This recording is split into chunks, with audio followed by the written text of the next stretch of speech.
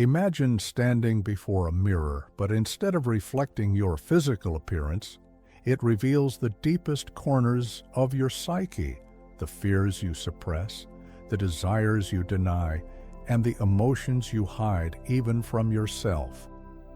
This is the essence of encountering the wrathful deities described in the Bardo Thodol, also known as the Tibetan Book of the Dead.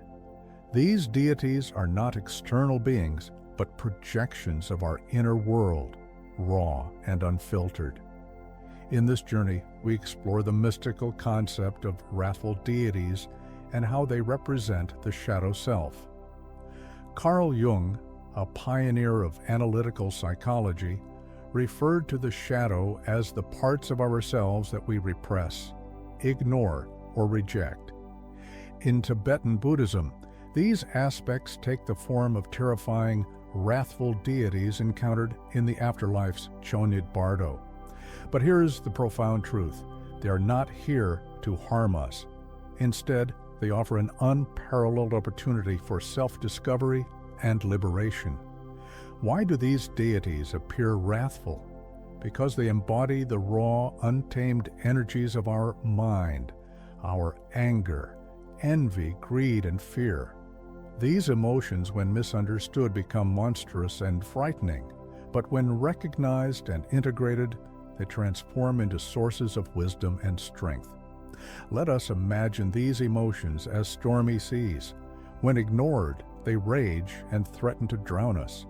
But when acknowledged and understood, we learn to navigate them, turning turmoil into an opportunity for growth. This is not a journey for the faint of heart. It requires courage to face the parts of ourselves we would rather ignore. Yet, through this confrontation, we unlock the key to transformation. So let us embark on this journey together.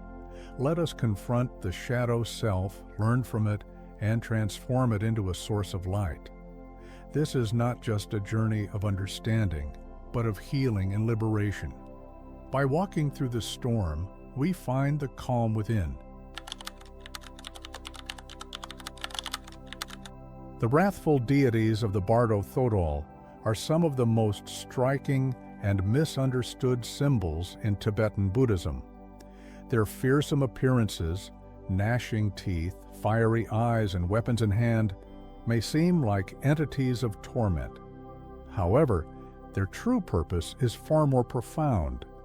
These deities symbolize the chaotic, unrefined energies within us, energies that are not inherently evil, but simply untamed.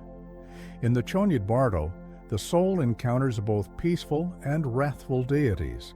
The peaceful deities represent harmony, balance, and enlightenment. They are calming and reassuring. But the wrathful deities, they embody the powerful raw energies of transformation.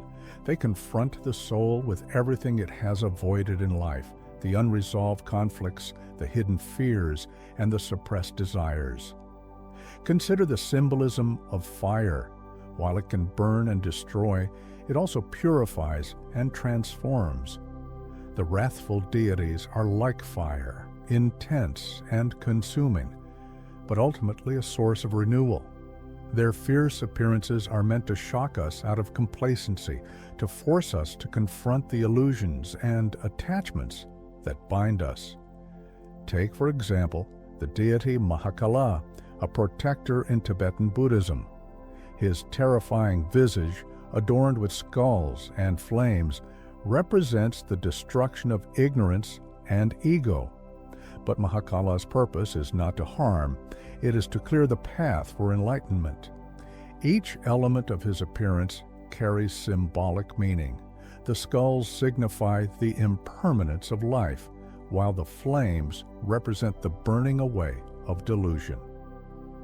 In this stage, the Bardo Thodol teaches us an essential lesson. What we perceive as terrifying is often a reflection of our own inner turmoil.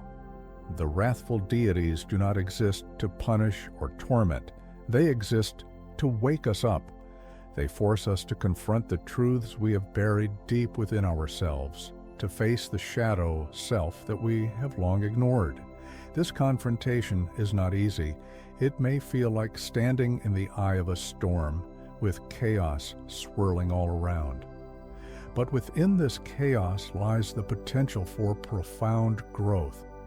Just as a storm clears the air, these deities clear the path for our transformation. The weapons they wield are not tools of destruction, but of liberation, cutting through the illusions and attachments that bind us. By embracing the lessons of the Wrathful Deities, we learn that chaos can be a precursor to growth.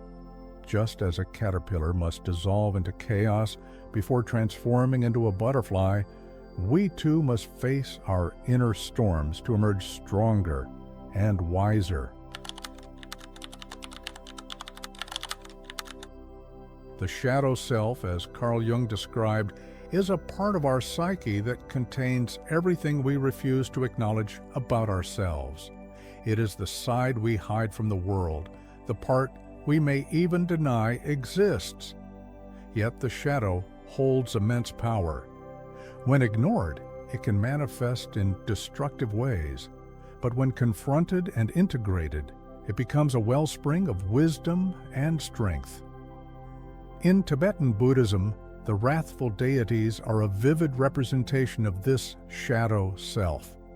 Their fierce appearances are designed to shock us into awareness. They mirror our inner struggles, forcing us to confront what we would rather avoid. So how do we confront the shadow self? The Bardo Thodol offers guidance. First, we must recognize that these deities, and by extension, our fears and flaws, are not external enemies. They are part of us. The fear they evoke is a reflection of our resistance to self-awareness. Second, we must practice non-attachment. The shadow thrives on fear and avoidance. By observing it without judgment, we begin to disarm its power over us. Third, we must embrace compassion toward ourselves and others. The shadow is not something to be eradicated, but understood. It is a teacher guiding us toward greater self-awareness and wholeness. Imagine a dialogue with your shadow self. What would it say? What truths would it reveal? This practice can be uncomfortable, even painful, but it is through this discomfort that we grow. The Wrathful Deities challenge us not to run from our fears, but to face them head-on. As we journey through life, we all encounter our own Wrathful Deities, whether in moments of crisis, loss, or inner turmoil. By facing them with courage and openness, we transform what was once a source of fear into a source of strength. This transformation is not just personal, but universal. As we heal ourselves, we contribute to the healing of the world around us. Engaging with the shadow self also involves creative expression. Art, writing, or even movement can help externalize the internal.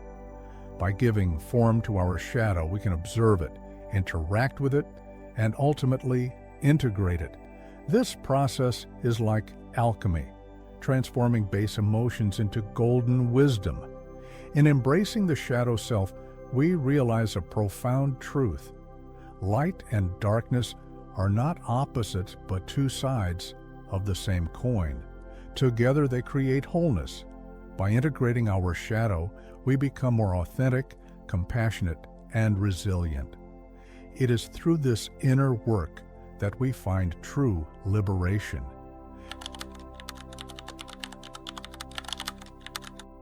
Alchemy is often associated with the ancient pursuit of turning base metals into gold. But in the realm of the psyche, alchemy represents a process of profound transformation. The Wrathful Deities of the Bardo Thodol can be seen as alchemical agents. They break down the illusions and attachments that weigh us down, allowing our true essence to emerge, refined, radiant, and free. This transformative process begins with confrontation, Just as an alchemist must endure the heat of the furnace to transmute lead into gold, we must face the fiery intensity of our fears, doubts, and suppressed emotions. The wrathful deities act as the furnace, their fierce forms burning away the impurities of ignorance and ego. In alchemy, the concept of solve et coagula, dissolve and coagulate, describes the cyclical process of breaking down old structures and rebuilding anew. The wrathful deities guide us through this process. They dissolve our attachments to false identities and limited perspectives, allowing us to coagulate or solidify a truer, more expansive sense of self. Consider the phoenix, a symbol of death and rebirth. The phoenix must perish in flames to rise anew. Similarly, the wrathful deities challenge us to let go of the old and embrace the unknown. This is not a process of destruction, but renewal, a necessary step in the journey toward enlightenment. To engage in this alchemical transformation, we must cultivate awareness and intention. Awareness allows us to recognize the patterns and beliefs that no longer serve us. Intention directs our energy toward growth and healing. Together, they create the conditions for profound change. Meditation and mindfulness are invaluable tools in this process. By observing our thoughts and emotions without attachment, we create space for transformation. This practice is akin to the alchemist's careful observation of the elements within the crucible. Through patience and persistence, the base materials of our psyche are refined into spiritual gold.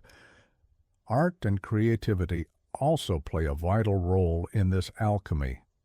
Just as an alchemist uses symbols and rituals to facilitate transformation, we can use creative expression to externalize and integrate our inner experiences. Whether through painting, writing, or music, these practices help us give form to the formless, turning chaos into beauty. The ultimate goal of this alchemical journey is not perfection, but wholeness. By embracing both our light and shadow, we become more authentic, compassionate, and resilient. The wrathful deities remind us that the path to enlightenment is not a straight line, but a spiral, each turn bringing us closer to our true essence. In this journey, we discover that the alchemy of the mind is not just a personal process, but a universal one. As we transform ourselves, we contribute to the transformation of the collective consciousness. Just as the alchemist's gold was said to have the power to heal, our inner transformation radiates outward, bringing healing and harmony to the world around us.